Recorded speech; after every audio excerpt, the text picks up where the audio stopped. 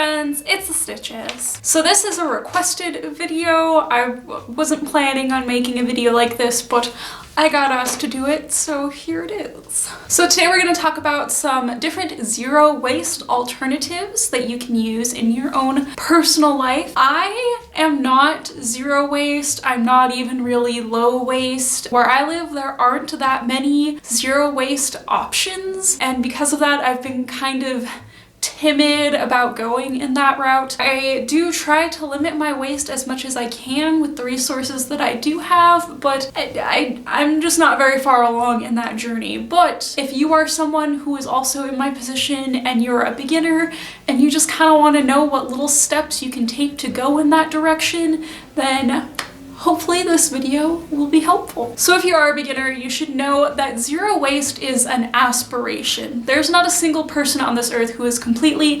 100% zero waste. Even that like one lady who has 4 years of trash in a single mason jar, like even she buys her peas in tin cans. It's okay. You're not gonna be able to do zero waste. You don't have to beat yourself up about the occasional plastic straw. It's more about just reducing as much as possible, and it's more of that aspiration, that goal, but know that you're never gonna get there 100% with our culture being as it is. And also, like, there are some things that you don't want to be completely zero waste. Let's be honest, like, I feel much safer knowing that my Tylenol comes in a little bottle with that plastic seal on it, because it means that nobody has tampered with it and we're not gonna get that Chicago Tylenol tragedy happening in my backyard. No, sir.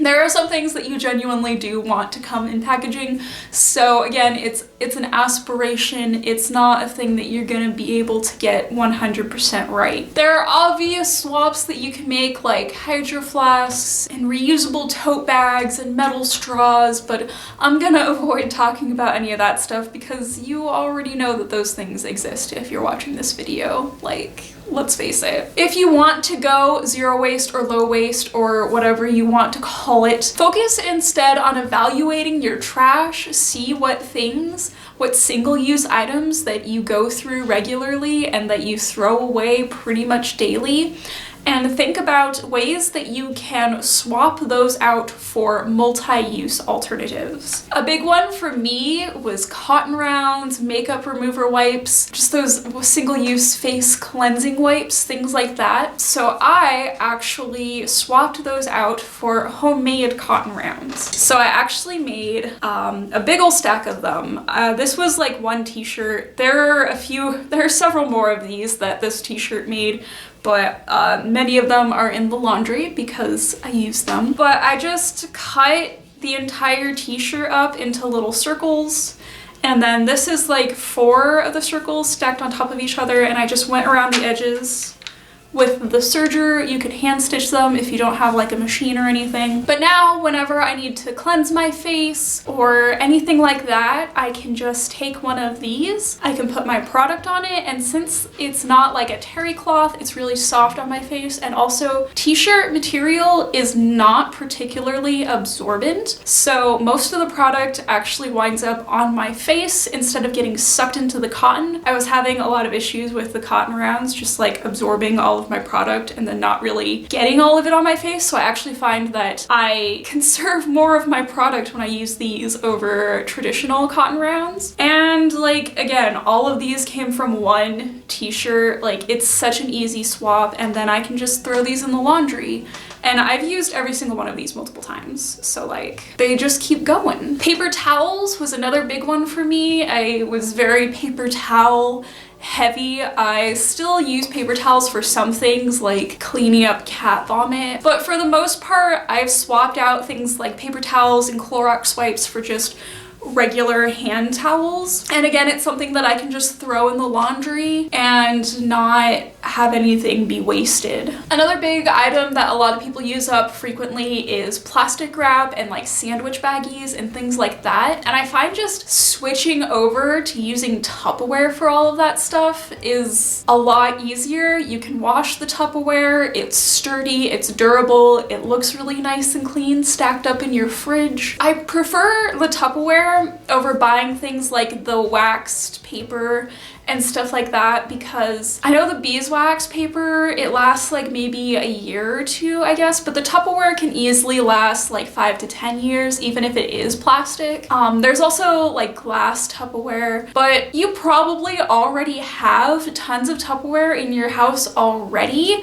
You don't have to buy anything new to make that switch, so it's just a really simple thing to get yourself into that habit of reusing things and not throwing things away, especially if you're still a beginner and you're just trying to get yourself into that mindset. I feel like zero waste really is a mindset and something that you have to like ease yourself into. It's not really like a collection of products that you need to buy. And that's kind of like a big theme that I want to nail down with this video, is that you can't buy your way into sustainability. Sustainability is about using what you have and limiting your purchases and limiting your carbon footprint and buying less. So going out and buying things like new water bottles, new straws, just kind of defeats the purpose, especially when you probably have like an old t-shirt in your house already that you can cut up for face wipes. Like you probably already have a ton of Tupperware that's just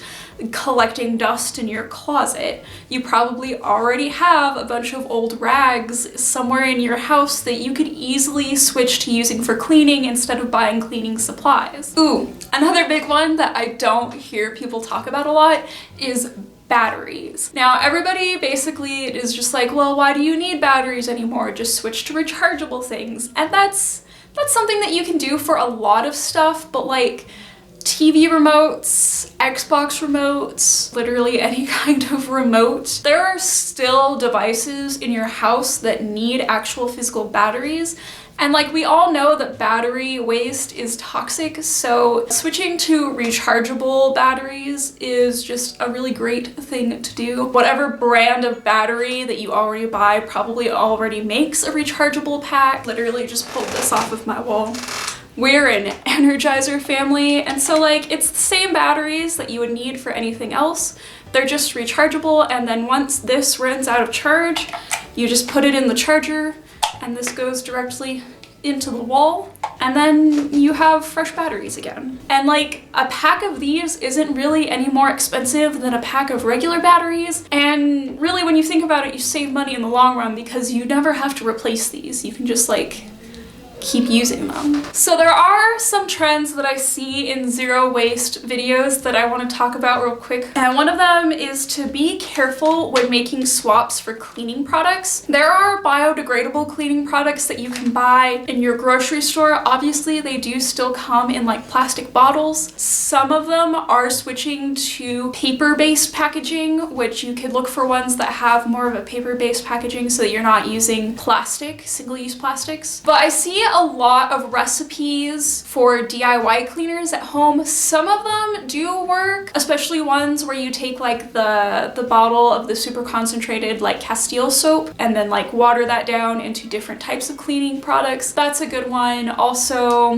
making your own Clorox wipes is really easy. You just kind of put a solution into like a little Tupperware box and then have your rags pre-soak in it. But really do some research on the DIY cleaners that you use before you start implementing them in your household, because a lot of them don't work. I saw one literally the other day where somebody recommended mixing vinegar and baking soda, and this wasn't like a small channel. This was a really big channel talking about this recipe, and it's a terrible recipe. You should never do it. Do not mix vinegar and baking soda.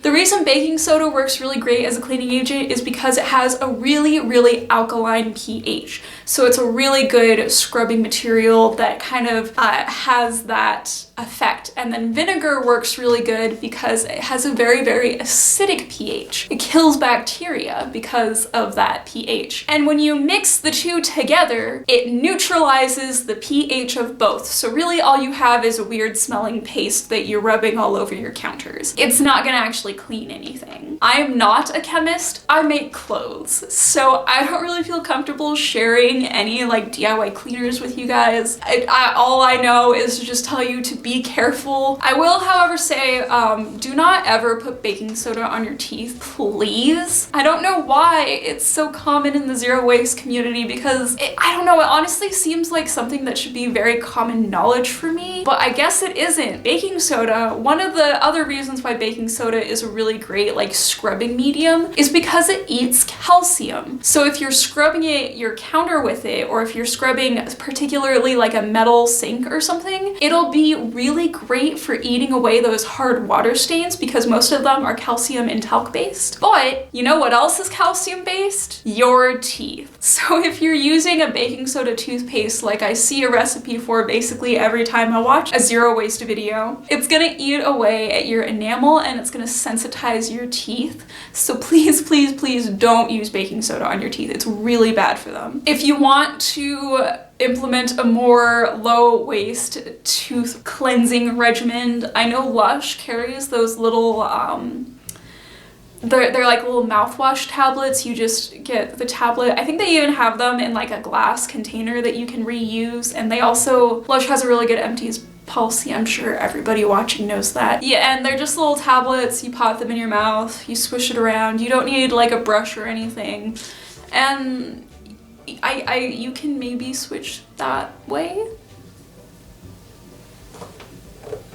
Overall, if you want to go zero waste, do it slowly, do lots of research, understand why you want to limit certain plastics in your life, and focus on just developing good habits and developing that zero waste mindset over, you know, buying new products. Focus on what it is that you can stop buying as opposed to what you can buy to replace things. And that's all I have for today's video. I'm sorry to the person that asked for this, but I hope everybody has a good day. I hope everybody thinks about their single-use plastic waste, and I will see you all next time.